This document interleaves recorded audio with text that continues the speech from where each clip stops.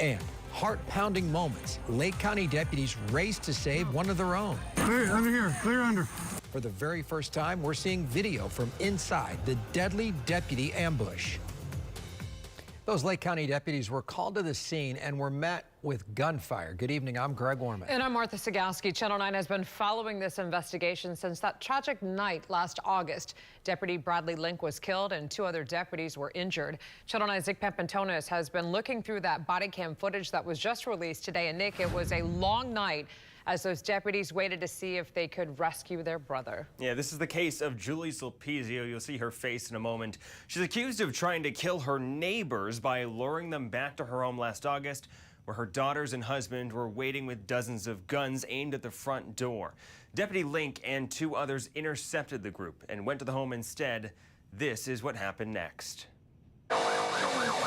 As some deputies race to unincorporated Eustis. Now, one more down from the back left. That was a gas from the roof. We're doing one more. Good job. Others navigated gunfire, sending gas canisters into the home where 4 people ambushed deputies, killing Bradley Link last August. All right, watch that door. Remember, we still got friendlies here. Put it in now. For an hour, deputies worked to make sure they were safe and to make sure they didn't lower the chances of pulling Link out alive. Some kept an eye on his body camera, streaming footage of the home back live. It appears to be dark, and you hear a male and a female talking. 3 suspects down, possible 37. They're clearing the structure now. The footage shows their first cautious steps inside. Bullet holes visible throughout the damaged room. The video doesn't show what happens after that. Deputies say Julie Sulpizio and her family formed their own religious and anti-government cult, and the home was full of guns and propaganda.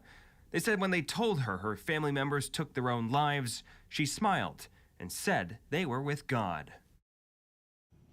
Months ago, we asked for the video of the interview Sulpizio did with deputies after she was arrested. Our request was denied. They said they didn't have to give any of it to us, not just unredacted clips, because she's accused of killing a law enforcement officer. Martha? Nick, thank you. And earlier this month, 9 Investigate sat down with Lake County Sheriff Peyton Grinnell. It was the first time he had spoken publicly about the ambush. He told 9 Investigate Shannon Butler 8 months later it still haunts him to this day. It literally sent chills up my spine while I was driving. I said, this isn't good. This is going to be a bad, bad situation. And little did I know how bad it was going to be, but I knew it was going to be bad. You can watch that full interview on WFTV.com. Julie Sulpizio, the only suspect still alive, has a competency hearing next week. Channel 9, of course, will be there and keep you updated on what is next in her case.